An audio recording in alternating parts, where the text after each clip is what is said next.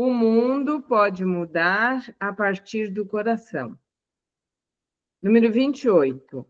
Só a partir do coração é que as nossas comunidades serão capazes de unir e pacificar os diferentes intelectos e vontades, para que o Espírito nos possa guiar como uma rede de irmãos, porque a pacificação é também uma tarefa do coração.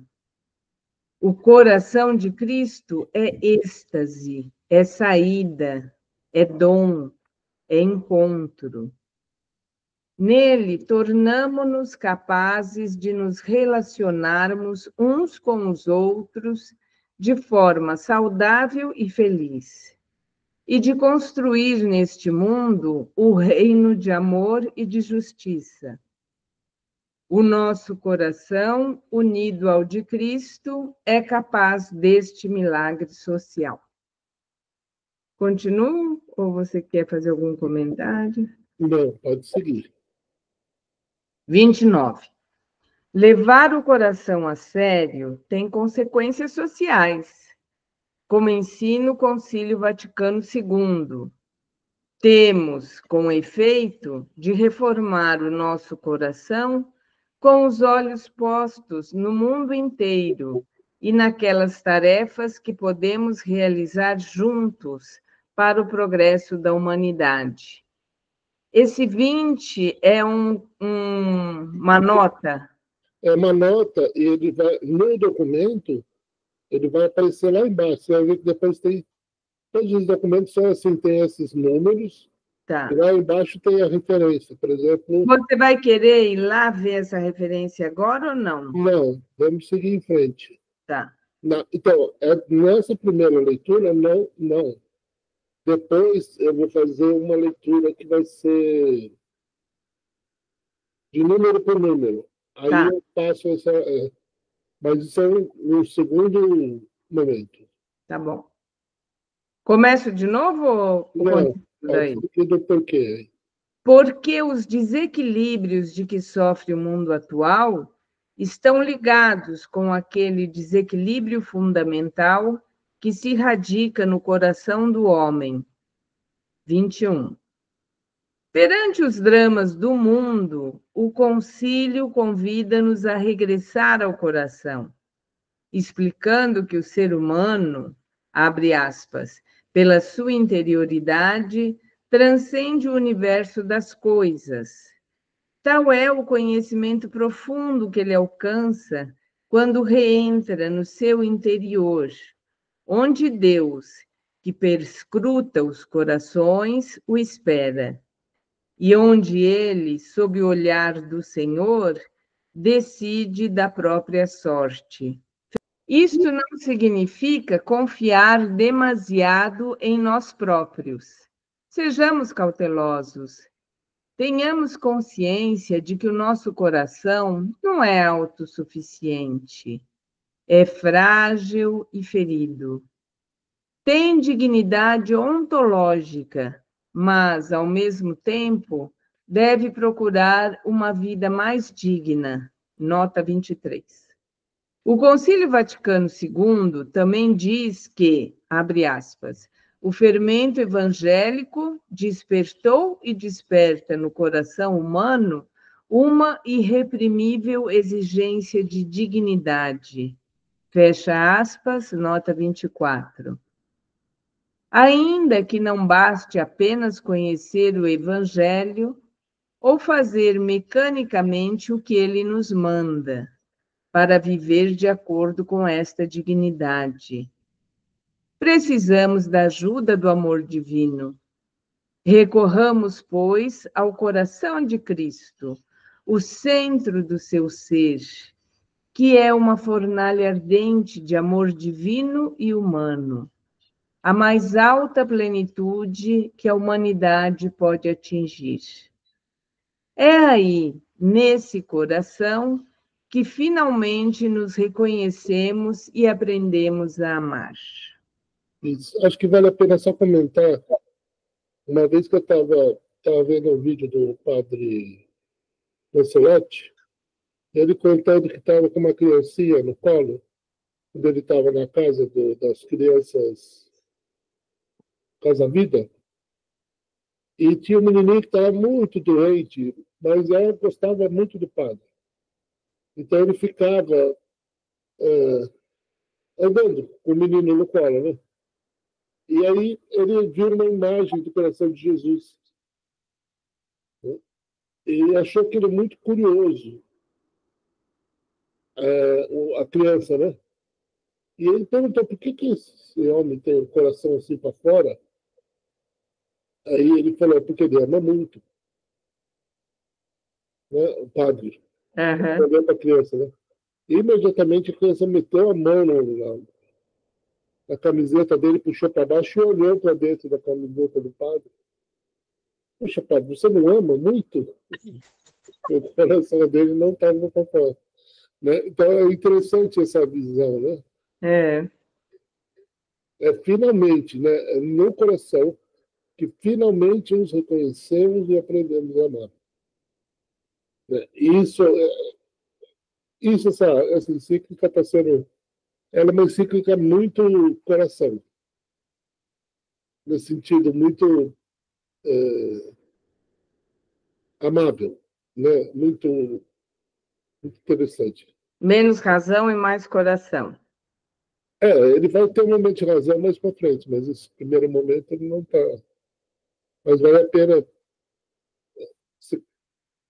ter isso em mente, ter essa ideia de que a mudança do mundo vem a partir do amor entre nós, É.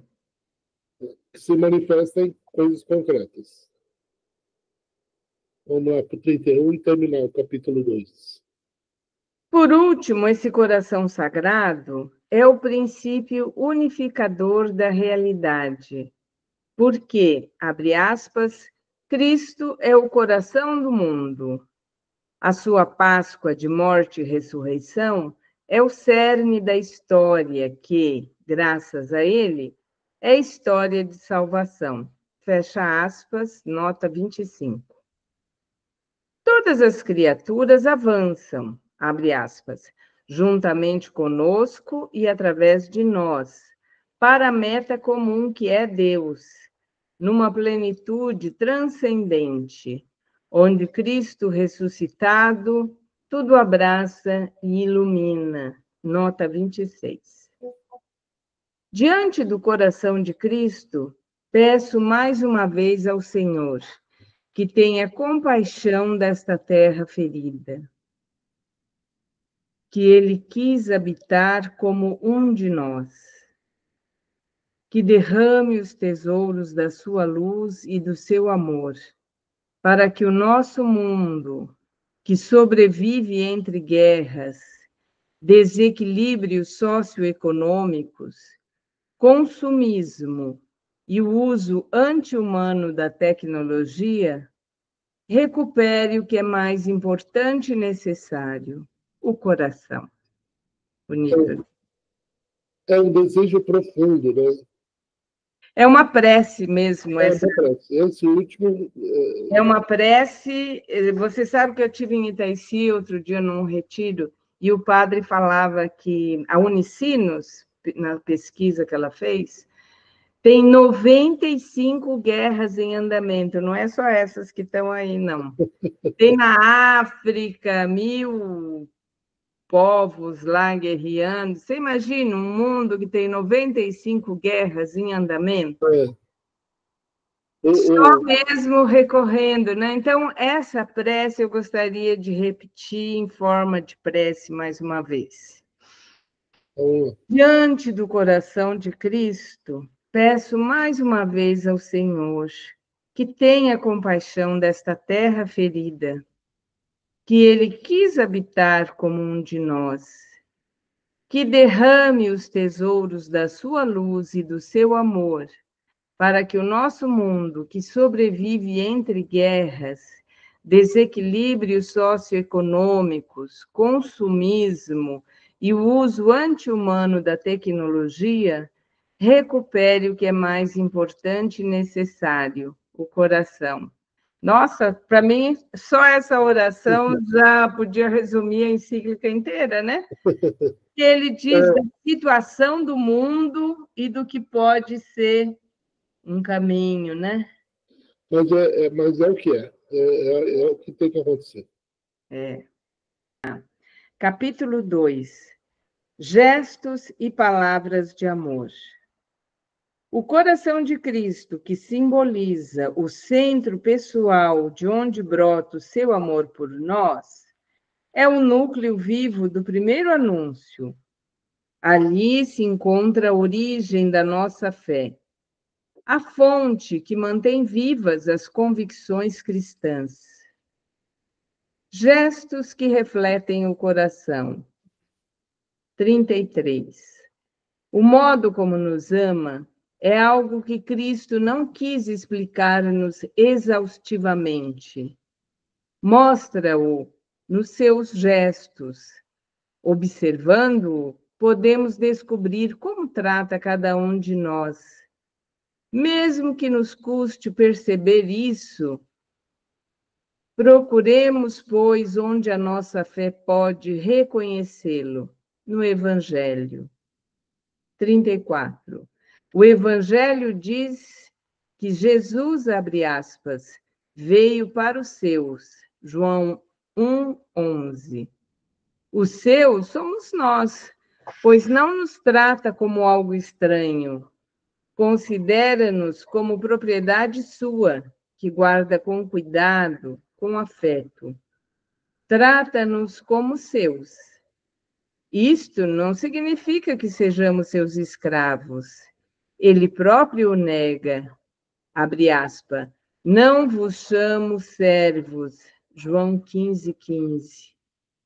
O que ele propõe é a pertença mútua dos amigos. Veio, superou todas as distâncias, tornou-se próximo de nós, como as coisas mais simples e cotidianas da existência.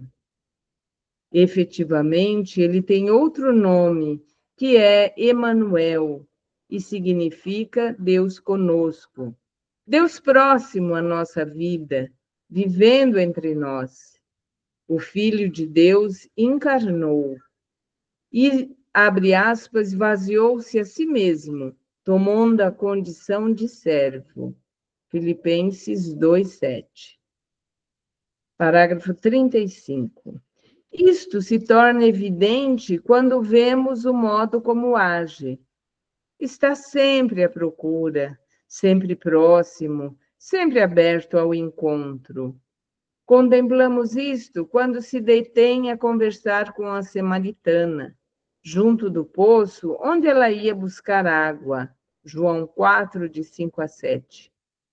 Vemo-lo quando, no meio da noite escura, encontra Nicodemos, que tinha medo de ser visto perto dele. João 3, de 1-2.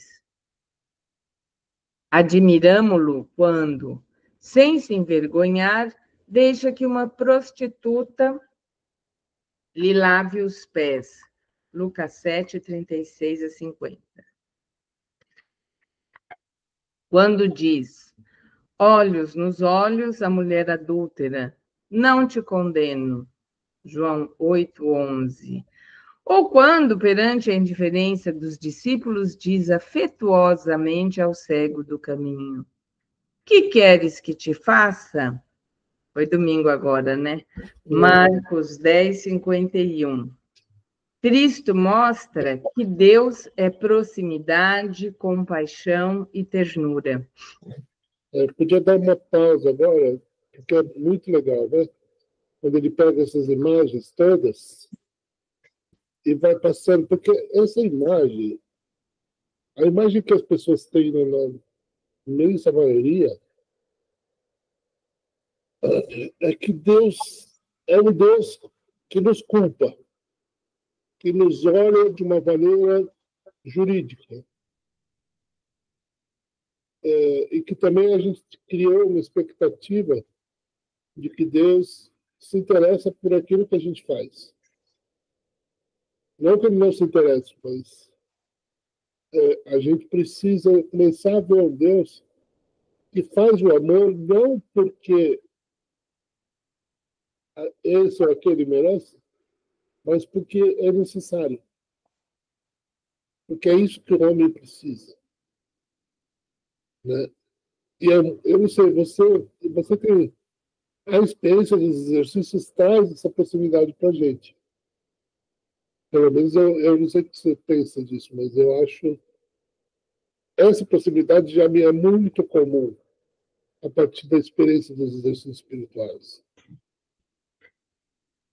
Sim, de um Deus próximo, que é amigo mesmo, como ele dizia, né? Como orienta os exercícios. Conversar com Deus como um amigo conversa com outro, e não um Deus distante, lá em cima, na lei, né? No cumprimento da lei. A gente, a grande maioria das pessoas não tem acesso a esse Deus. É verdade. Amoroso. Por isso eu acho que essa encíclica vem num momento onde ela é muito necessária. Porque é uma sociedade muito triste.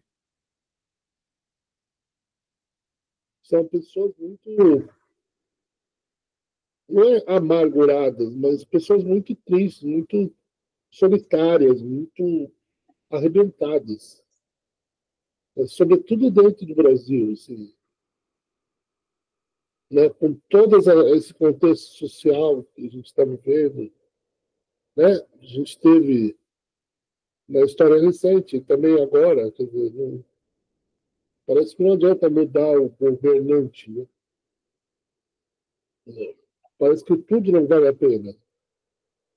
Né? Então, essa é a sensação que as pessoas têm. Quem não tem? Quem vive esse dia a dia com amorosidade, né? Que é essa imitação de Cristo. Eu acho que é importante. Talvez valha a pena ler de novo. Você pode ler de novo? O 35, né? Você fala? É.